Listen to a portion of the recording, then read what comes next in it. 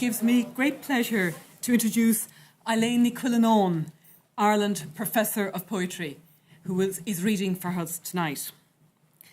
The Ireland Professorship of Poetry was established 20 years ago in 1998 to honour the achievements of Irish poets and to celebrate Seamus Heaney's Nobel Prize for Literature. The chair was set up as a partnership between the two arts councils in Ireland, North and South, and between three universities, Queen's University Belfast, Trinity College Dublin and UCD. The professor spends a term of residence at each university during their 3-year tenure. Eiléan Plunkett is the 7th holder of this professorship and is currently based in Trinity. She'll give her 2nd annual lecture in TCD on the 14th of March. We in UCD very much look forward to welcoming her here for her term of residence with us this coming academic year. I'm also very pleased to welcome the trustees of the Ireland Chair of Poetry who are here this evening, Sheila Patrick, who is Chair of the Arts Council, and Mary Clayton. Eiléan Plunkett, poet, scholar, essayist and translator, was born in Cork and is an Emeritus Fellow of Trinity College Dublin, where she has had a distinguished career as a teacher and researcher of Renaissance literature and translation. She is also a founder and co-editor of the long-running Irish poetry journal, Ciphers. She is the author of 8 main poetry collections to date and 2 selected poems, one which I have here. These range from her powerful debut collection, Acts and Monuments, in 1972, with its characteristic longing for escape from pre-established, heavily consequential social, cultural and philosophical modes of being. To quote from the title poem, where no unformed, capricious cry can sound without its monument. Her career as a poet has moved all the way to her most recent publication, The Boys of Blue Hill, published in 2015. In this visionary volume, the mercurial quick of life itself can be touched in the very face of loss and danger. Here, to quote from her poem, Juliet Ryan and the Cement Mixer, the world is a breathing surface, a rippling, a fragrance like spice enticing from the kitchen, a pulse beating behind the embroidered veil. One of Eiléan Plunkett's central interests is the inner psychological experience of those who have undergone physical, mental or spiritual pain. Focusing on the body in time, she vividly communicates the texture of post-colonial Irish psychic history. Her poetry attends to many buried voices in our culture. These include the close-range voices of loved ones who have gone through serious illness and death, and the longer-range voices of Irish people at points of extraordinary historical pressure, especially following the collapse of the Gaelic order in the 17th century during the Counter-Reformation period and post-independence bourgeois 20th century Ireland. Like the Magdalen women, the Magdalen laundry women in her poem Translations, such ghostly presences remain discomforting ridges under the veil of the national story. They will not stay still. They are active, mobile, shifting presences searching for their names. As her poem Espera reminds us, as long as such dark history remained unacknowledged, quote, the blood that was sown here flowered and all the seeds blew away, reseeding in further trauma. Thus, her work calls for the reintegration of national, gendered and individual loss as part of our ongoing story.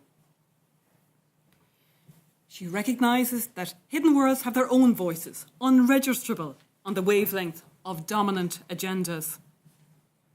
She explores the complexity, therefore, of witnessing to suffering. And this involves a particular quest for precision, for, and I'm quoting here from her poem Gloss, Close Gloss, words closer to the bone than the words I was so proud of.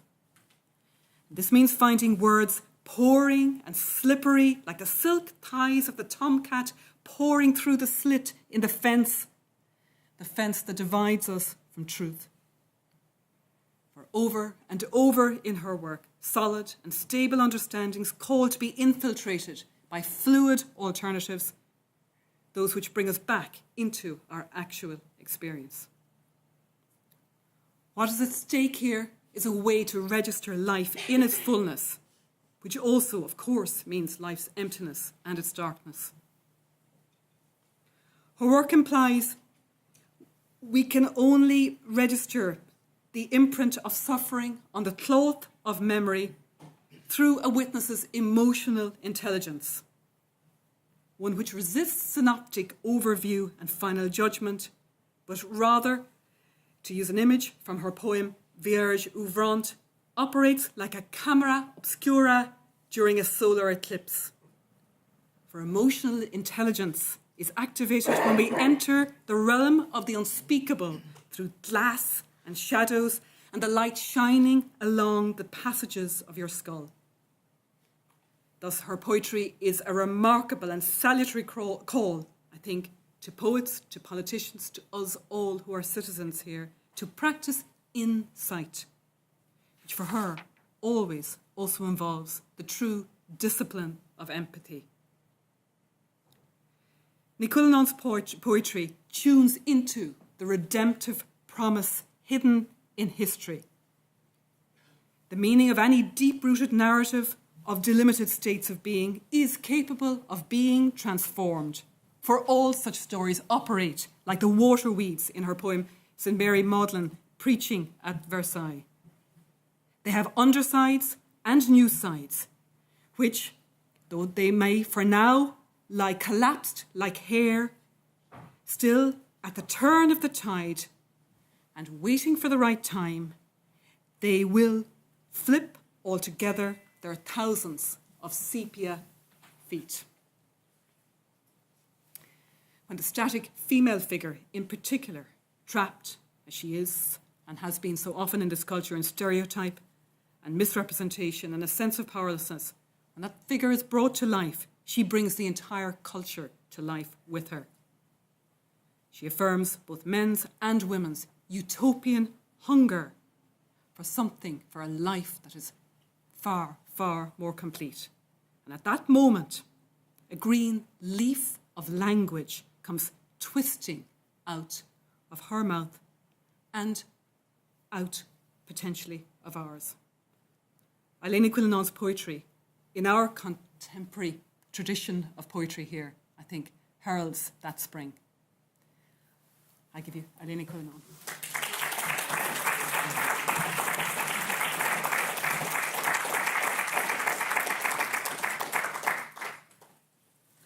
Thank you very much, Catriona, for that very generous and penetrating, at least, I suppose, to some of the things I was trying to do. Whether successfully or not is another question. I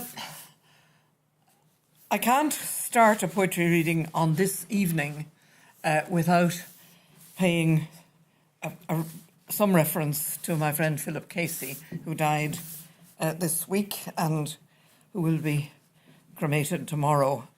I'm going to start by reading a poem which is about it's about suffering. It's about it wasn't written about him, but it seems to me to be the only poem of mine that might say something about a person who was able to carry the sometimes very traumatic sufferings of a long life of illness, amputation, and limitation with such grace and such talent. So I'll read this poem, which is called Stab at Matter. I'm not sure Philip would approve of it, because he didn't approve of religion, but I'll read it anyway for him. It was written on an occasion of, it was actually commemorating a small massacre in Italy of some workers who were protesting against, they wanted to be allowed to keep half of the produce of their holdings, but they went up with sticks to demand this of the bosses, but the bosses had got the police and guns with them. And every year a concert is held in memory of the people who were killed on that occasion, and the first one that I went to was a performance of Pergolesi's Stabat Mater, which, of course, is a terrifying poem and an extraordinarily beautiful and cheerful piece of music. And that's what I was trying to comment on in this poem. At last the page is peeled away, the last page, like a covering from a wound, and the transparent sheet beneath is another page on which is written, "You have no enemy. Just look." It is damage itself, and what lights up the scarred flesh to the view of the flinching eye, of the one who saw it all and let us know in words we can't read rightly until touch teaches, as you can only find out by pushing forward in the crowd until your body is pressed flat against the glass. Behind the glass is the shadow of suffering, and it shivers because it feels your touch. It's alive. But others are pressing behind, and you must move along, and when you look back to the house of mourning, the shutters, inside shutters, have closed down, folded, each one with a day's date. When the calendar was in its force, they all fitted together as the leaves fit the tree of atrocities. And even now, you can still hear the elation of the strings, their long hopping as the alto fills her lungs to lead off Stabat Mater. I thought I would start by reading poems, some of which are recent, about nuns. This has been something of an obsession of mine all my life, but I never, until quite recently, thought about writing a sequence of poems on that subject. But something happened about 4 years ago. I saw a newspaper article which said that the convent in Cork, which was originally founded as a philanthropic enterprise by Nan O'Nagel in the 18th century, that it was going to be redeveloped as a cultural centre, which has happened. And I suddenly realised that I had to see the place before that happened, before it was torn down and stopped being even the ruin of a convent.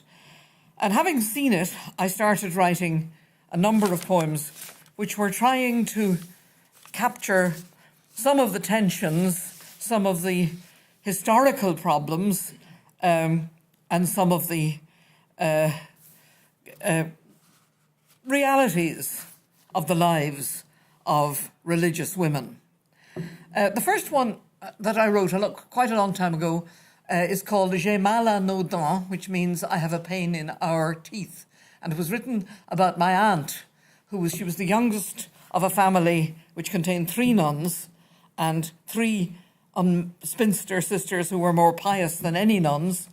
And she told me that when she first went to France, because she joined a French order, she was learning French and at the same time learning convent speak, which said that you couldn't say mine about anything. So you said our shoe, our stocking. And when she went to the dentist, she said, J'ai mal à nos dents. And he thought she was mad. She was the one of the aunts that I was closest to. And after she returned to Ireland, we would speak in French because she didn't want to lose the language. I'll translate a couple of French phrases as I go. J'ai mal à nos dents, in memory of Anna Cullinan, Sister Mary Anthony. The Holy Father gave her leave to return to her father's house at 78 years of age. When young, in the Franciscan house at Calais, she complained to the dentist, I have a pain in our teeth. Her body dissolving out of her first mother, her 5 sisters aching at home. Her brother listened to news 5 times in a morning on Radio Eiléan in Cork as the Germans entered Calais. Her name lay under the surface. He could not see her working all day with the sisters, stripping the hospital, loading the sick on lorries, while Reverend Mother walked the wards and nourished them with jugs of wine to hold their strength.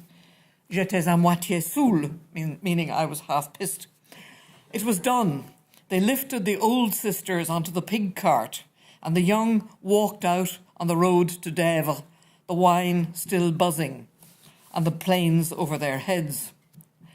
And the last two phrases, Je mangerai les pissenlits par les racines, I'll be eating dandelions by the roots, a vulgar French expression meaning I'll be pushing up daisies, I'll be dead. And une malade a soigné une malade.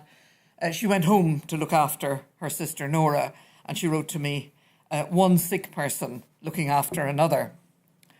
Je mangerai les pissenlits par les racines.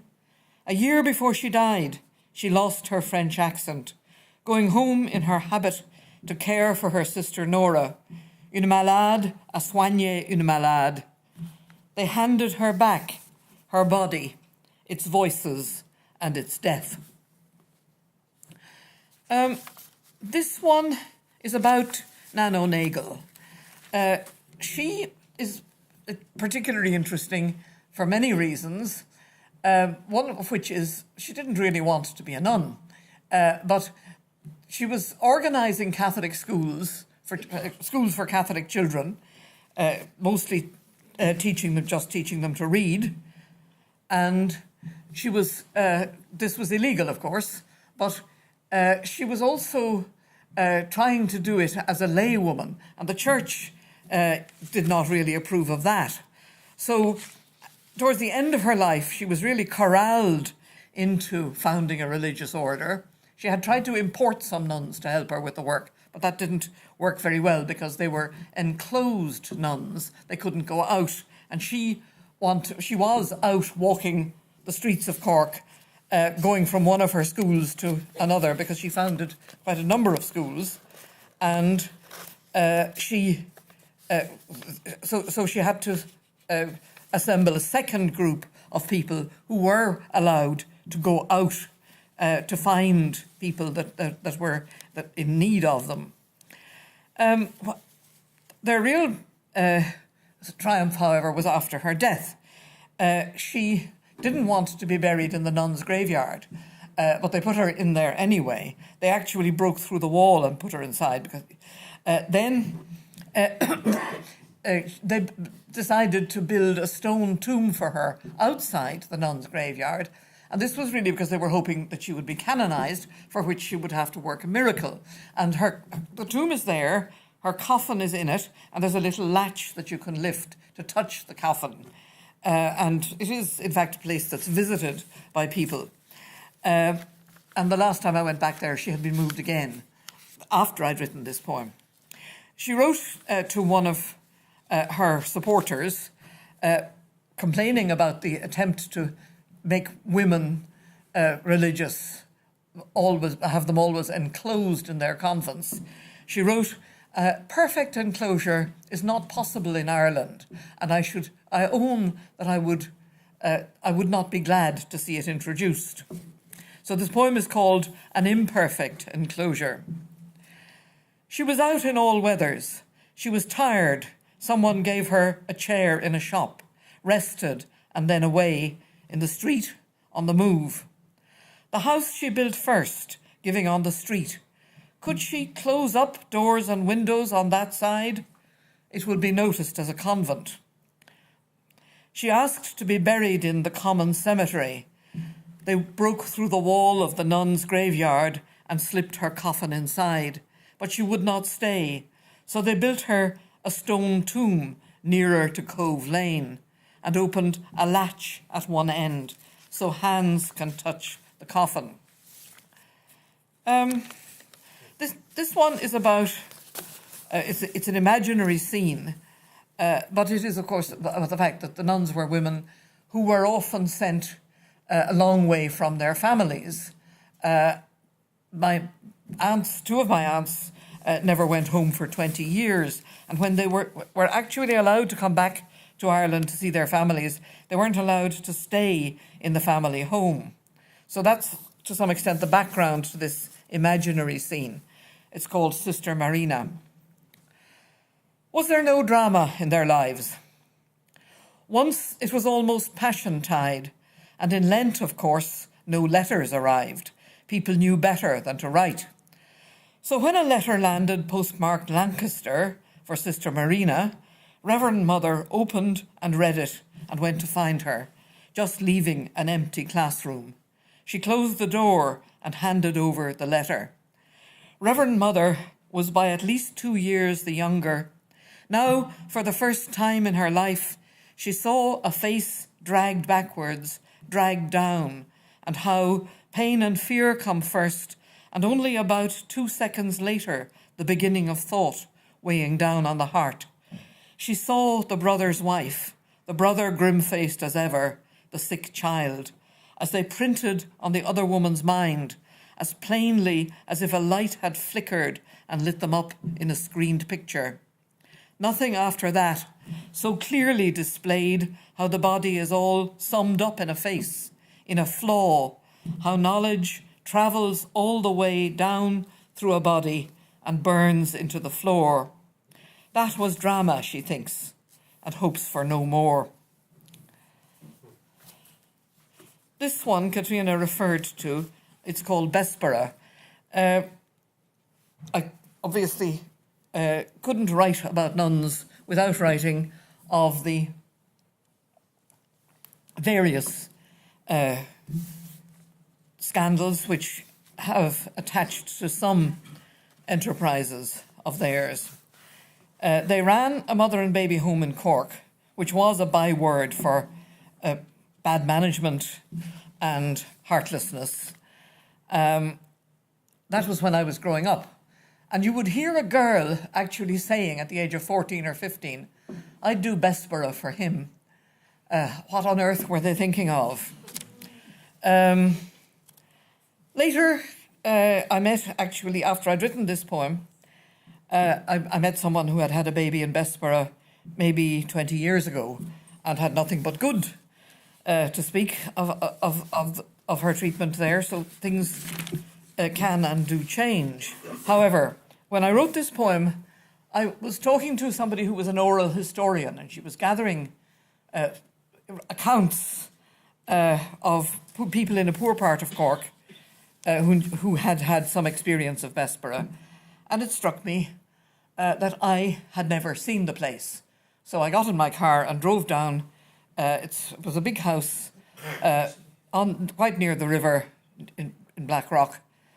And I went down and just stood at the gates and looked in. This is what I inherit. It was never my own life, but a house's name I heard and others heard as warning of what might happen a girl daring and caught by ill luck. A fragment of desolate fact, a hammer note of fear. But I never saw the place. Now that I stand at the gate, and that time is so long gone, it is their absence that reigns, that stabs right into the seams of my big coat, settling on my shoulder in pointed needles, crowding the short day. The white barred gate is closed. The white fence tracks out of sight where the avenue goes. Rain veils distance, dimming all sound.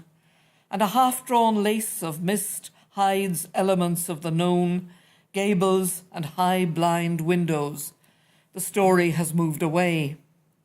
The rain darns into the grass, blown over the tidal loch, past the isolated roof and the tall trees in the park.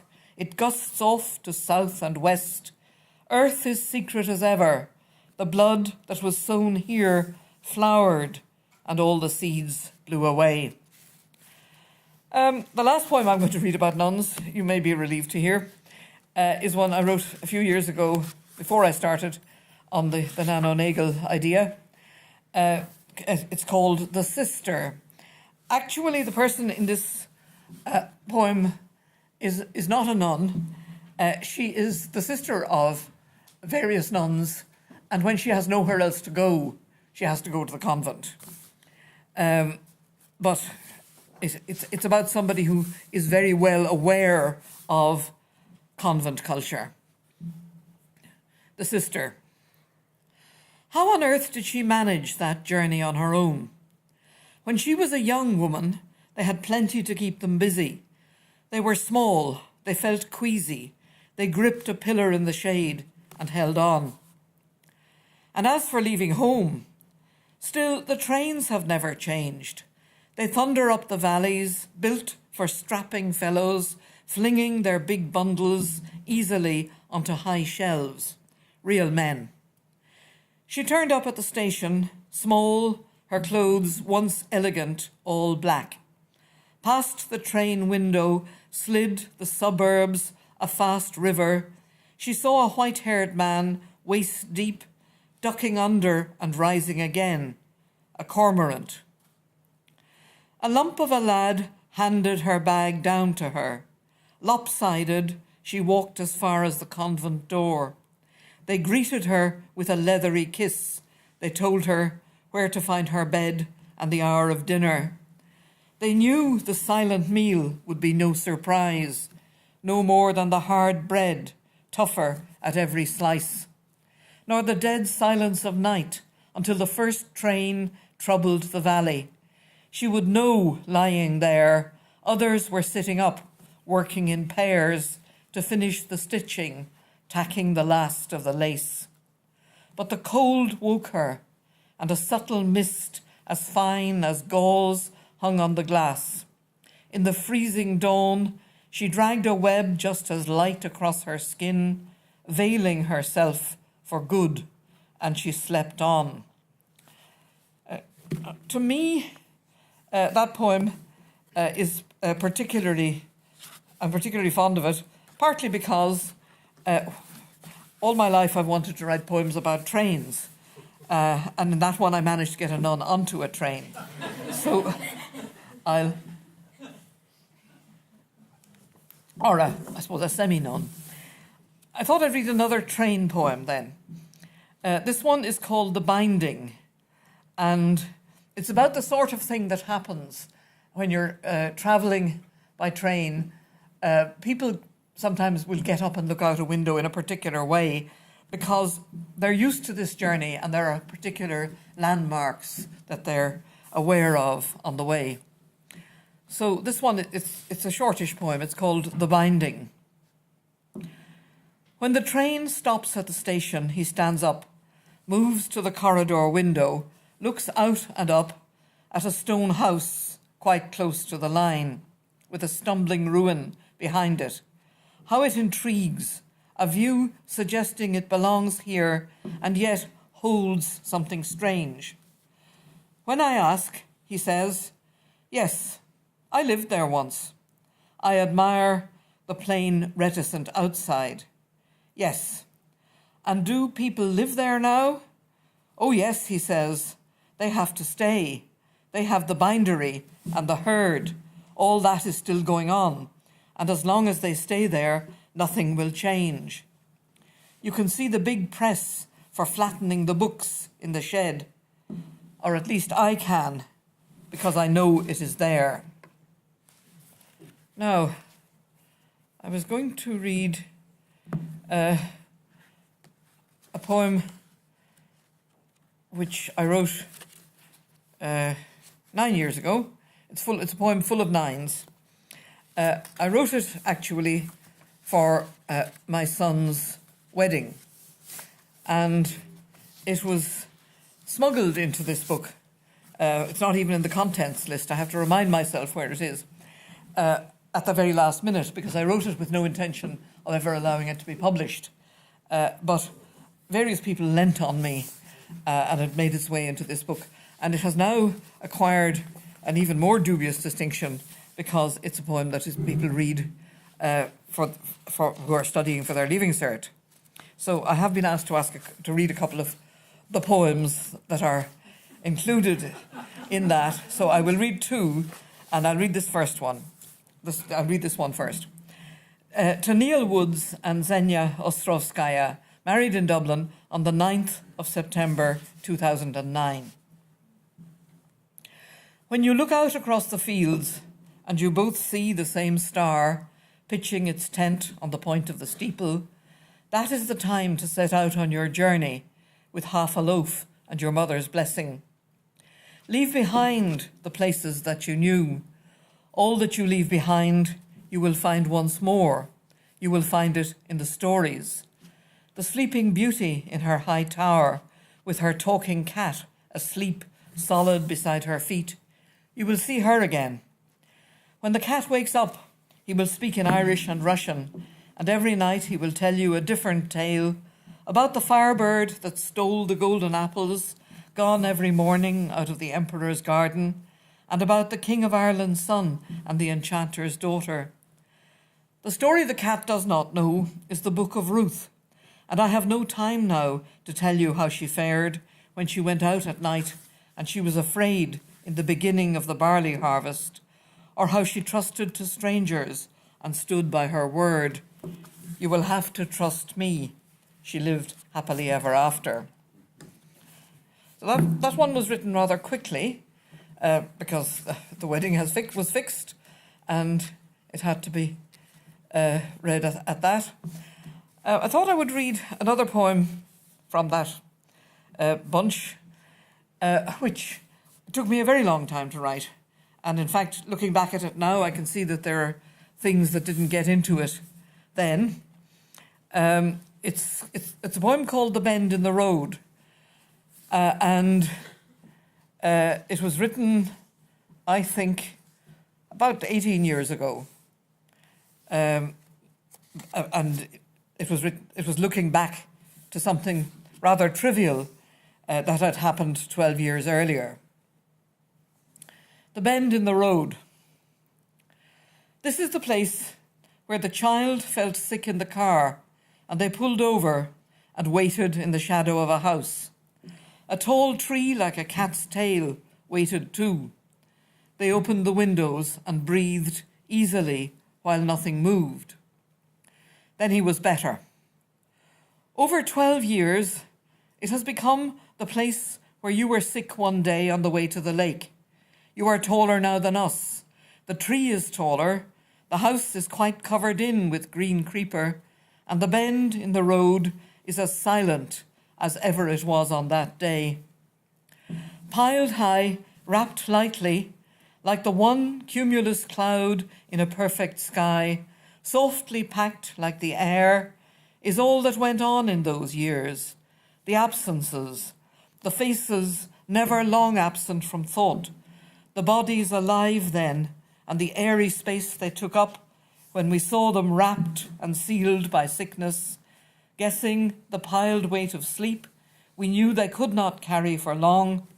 This is the place of their presence, in the tree, in the air. I'll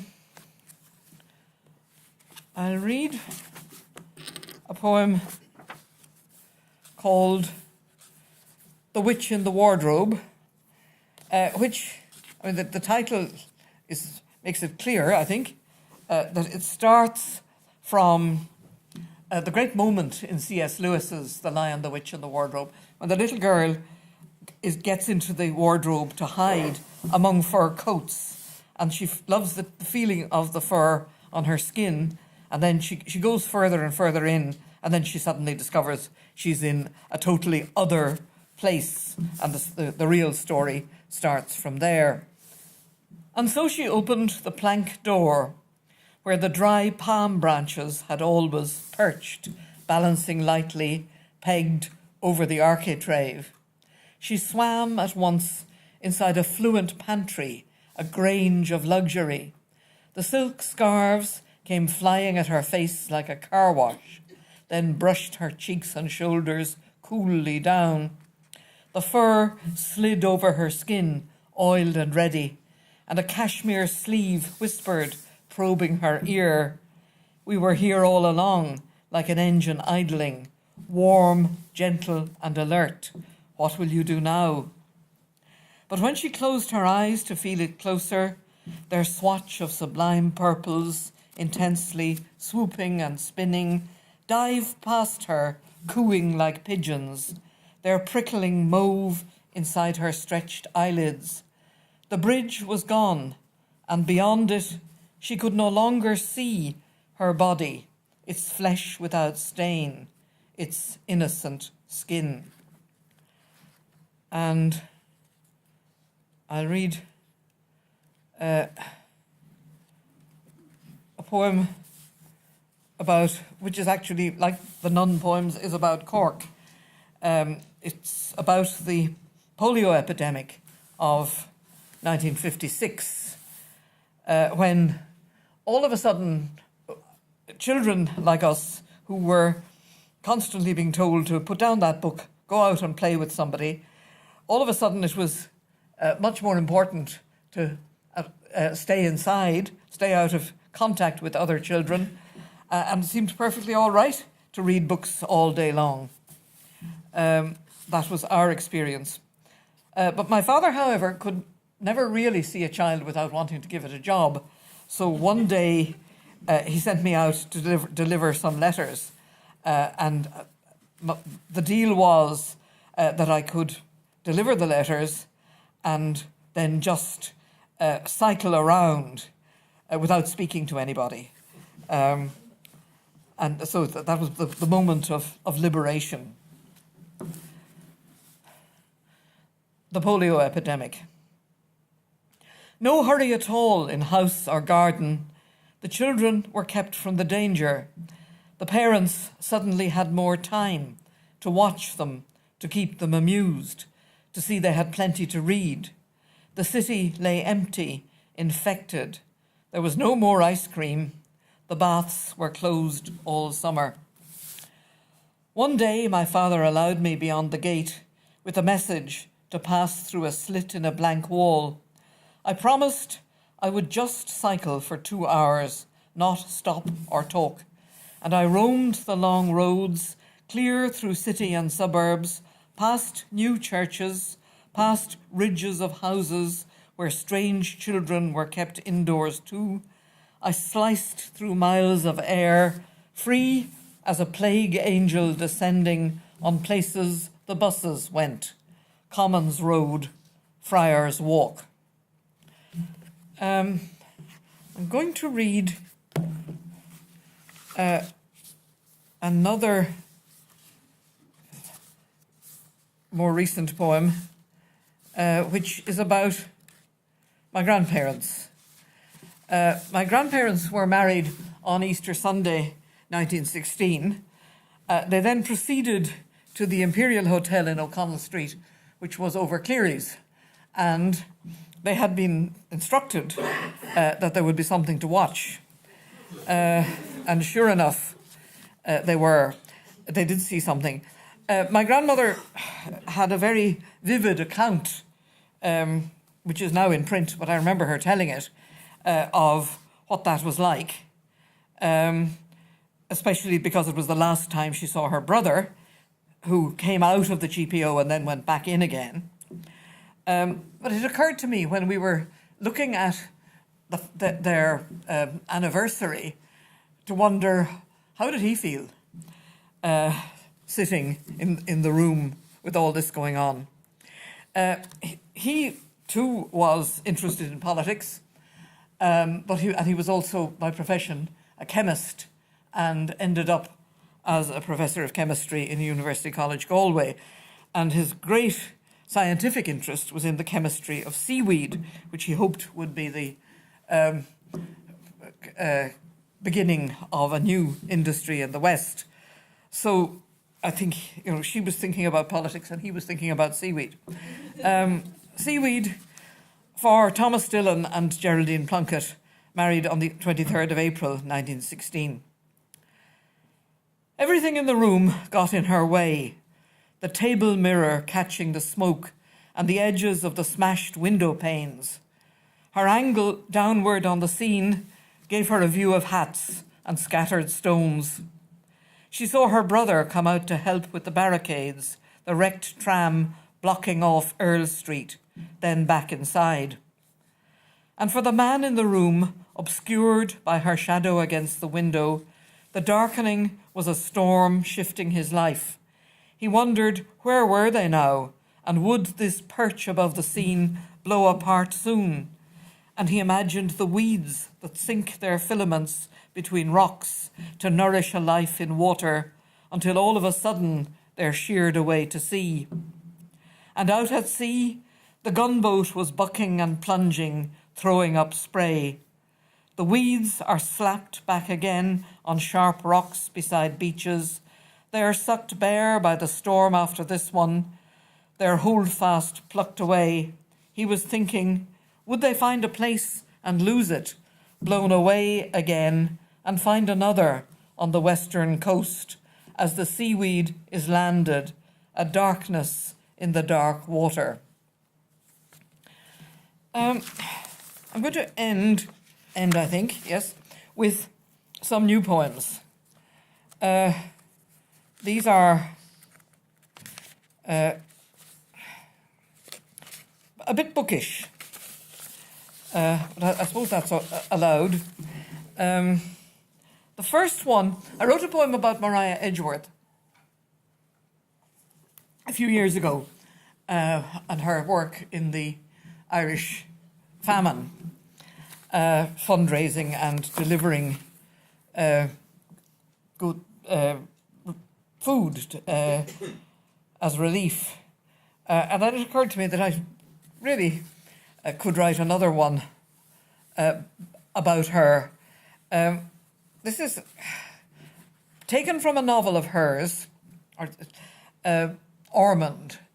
The passage that I'm taking it from was possibly actually written by her father.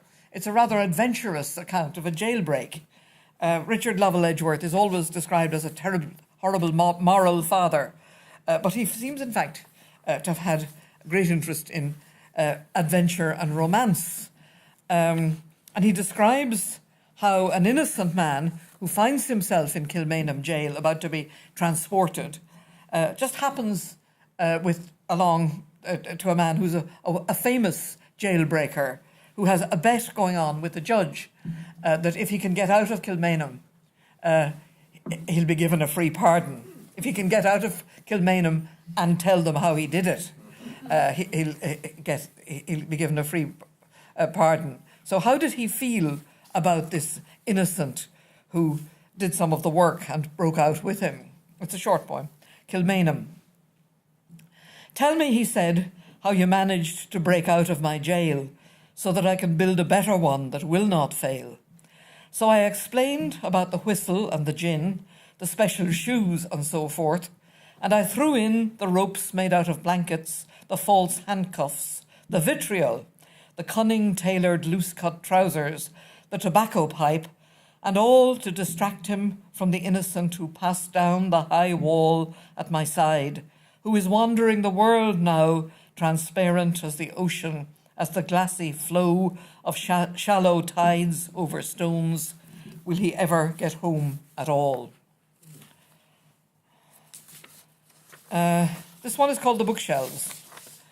I think it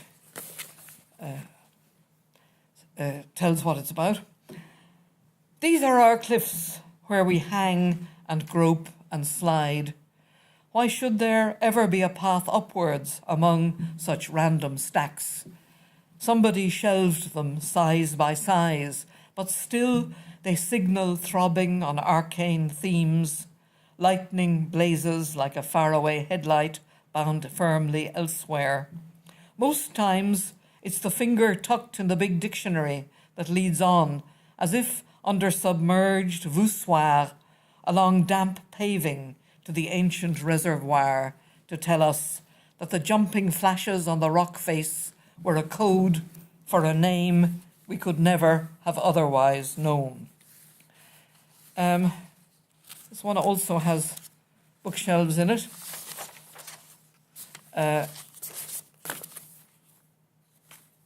But not really books.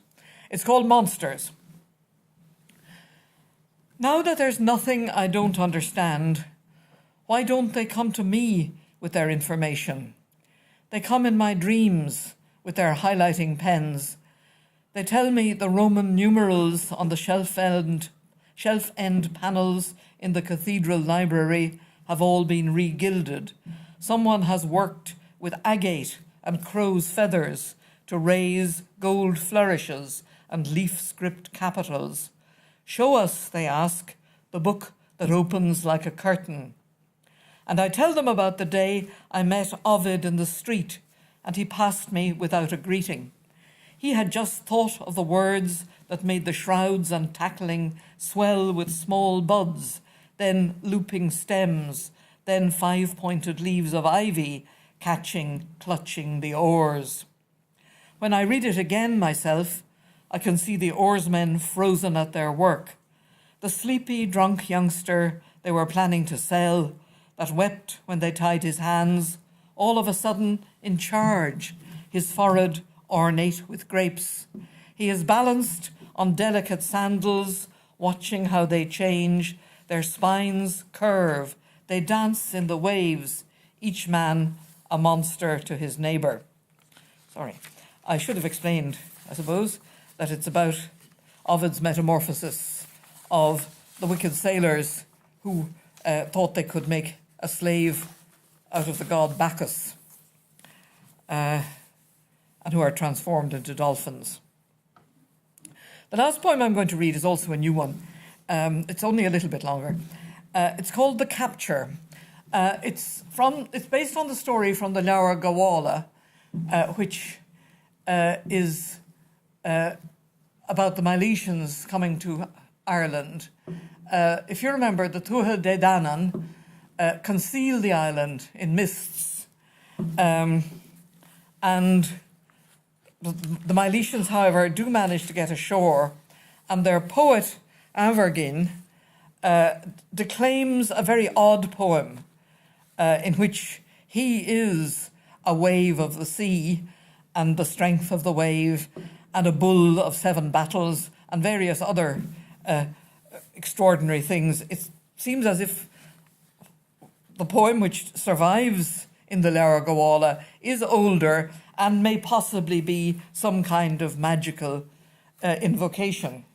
At any rate, I, and indeed other holders of the office of Ireland Chair of Poetry, have been asked to write a poem about this, in response to this. And I suppose the question is, what did the poet see? Did he think he could see the whole of Ireland? He didn't have an aeroplane. And who did he think he was himself? A bull or a wave or just a poet? So, The Capture. First help me to make the frame, with wings and a nose and a tail fin. Room for those thick-furred beasts if they scramble up or settle out of the air, and a crack to harbour seeds for a trail of leaves. So when I leap away, the horizon swings in the far distance. The hills are floating like smoke, the fields and the valley exposed, then diving, the plain flashing, and in every hollow under the leaves, a life huddles, listening for a note that stings music into life, a song that jumps, that grieves. Except that I am not the earth, but a late map of this earth, its hedges tacking me down. Don't expect me to race again. The yearly bands of children at school under the hedges are memorizing their alphabets and fluxions, and the distances grow longer with every name called on the roll. I could eclipse and cloud them with a wink, as there's no room left in the passages of my brain for every conversation between the slug and the leaf. Yet if I follow the slow air where it spreads and tracks the labouring boats across the oceans, where it knocks at every door and pushes inside, where it winds along roads in France beside the daughters leaving home to serve strangers, the sons in foreign fields, the one holding King Louis's hand on the scaffold as he prays, the earth recedes. Can they all be crammed and keyed, the Irish race through history? Which terms do we lack to hold that frame together, and how can we see anything without the frame? If I am a screen flickering between the 4 hand-painted provinces and the bricks and timber, the roof that shelters me, I should find the bits of the frame.